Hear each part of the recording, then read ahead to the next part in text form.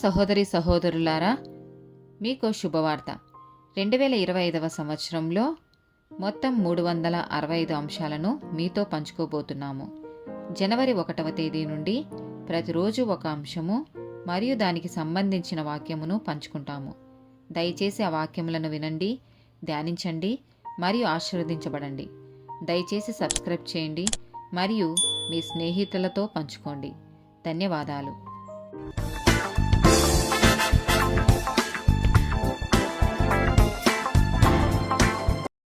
215th day topic కామం. మత్తయి సువార్త 5వ అధ్యాయము 27-28 వచనాలు. వ్యభిచారము చెయ్యవద్దని చెప్పబడిన మాట మీరు విన్నారు కదా. నేను మీతో చెప్పున్నదేమనగా, ఒక స్త్రీని మోహపు చూపుతో చూచు ప్రతివాడు అప్పుడే తన హృదయమందు ఆమెతో వ్యభిచారము చేసిన వాడగును. 1 యోహాను రాసిన పత్రిక 2వ అధ్యాయము 16వ వచనము. లోకములో ఉన్నదంతయు అనగా శరీరాశయు, నేత్రాశయు, జీవపు డంబమును తండ్రి వలన పుట్టినవి కావు, అవి లోక సంబంధమైనవే. యాకోబు రాసిన పత్రిక 1వ అధ్యాయము 14-15 వచనాలు. ప్రతివాడును తన స్వకీయమైన దురాశ చేత ఈడ్వబడి మరులు కొల్పబడిన వాడై శోధింపబడును. దురాశ గర్భము ధరించి పాపమును కనగా, పాపము పరిపక్వమై మరణమును కనును. 2వ తిమోతికి రాసిన పత్రిక 2వ అధ్యాయము 22వ వచనము.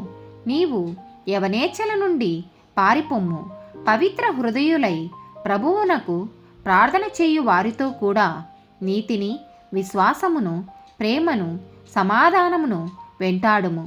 గలతీలకు రాసిన పత్రిక 5వ అధ్యాయము 16వ వచనము. నేను చెప్పునదేమనగా, ఆత్మానుసారముగా నడుచుకొనుడి, అప్పుడు మీరు శరీరేచ్ఛను నెరవేర్చరు. యోబు గ్రంథము 31వ అధ్యాయము 1వ వచనము.